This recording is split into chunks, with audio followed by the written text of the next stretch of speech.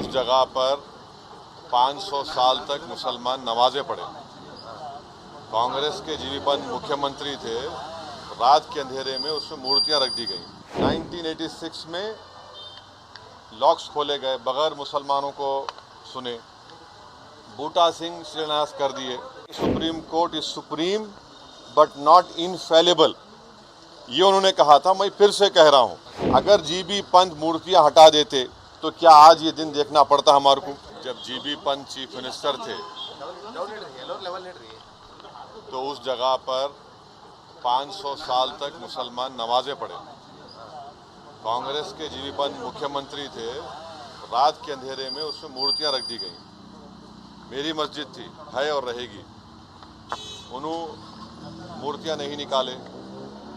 और फिर वहाँ पे कलेक्टर थे जिनका नाम था नायर।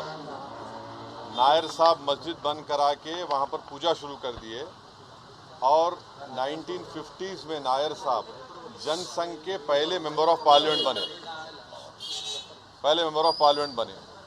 फिर 1986 में लॉक्स खोले गए, बगैर मुसलमानों को सुने। बूटा सिंह शिलान्यास कर दिए।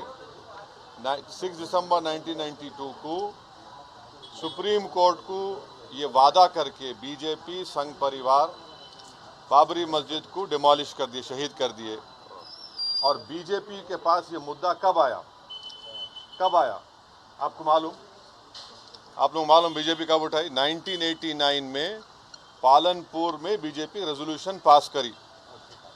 विश्व हिंदू परिषद जब फॉर्म हुई, जब तो राम मंदिर नहीं था। महात्मा गांधी बोले क्या?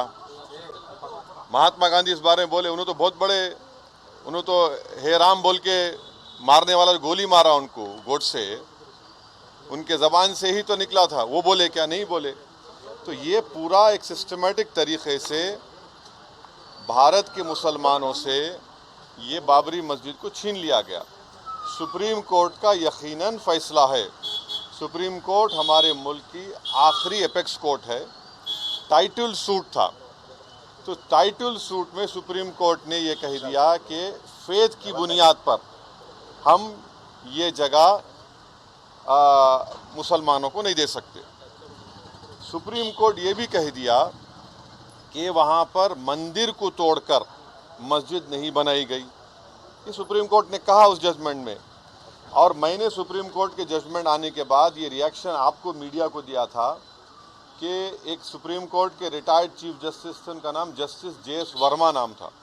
उन्होंने सुप्रीम कोर्ट के बारे में कहा था कि supreme court is supreme but not infallible, ये उन्होंने कहा था। मैं फिर से कह रहा हूँ, और मैंने उस वक्त ये कहा था कि ये जजमेंट आने के बाद ऐसे कई मुद्दे खुल जाएंगे, जिसको अंग्रेजी में बोलते हैं Pandora box will be open.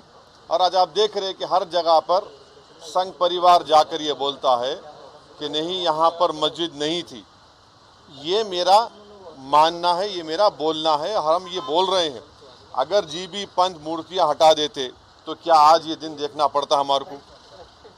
अगर 1986 में ताले नहीं खोले जाते तो क्या आज ये दिन आता? क्या अगर 6 दिसंबर को बाबरी मस्जिद डेमोलिशन नहीं होता तो क्या ये दिन देखना पड़ता? ये सवाल है हमारे, इसका जवाब कोई दे ही नहीं रहा है।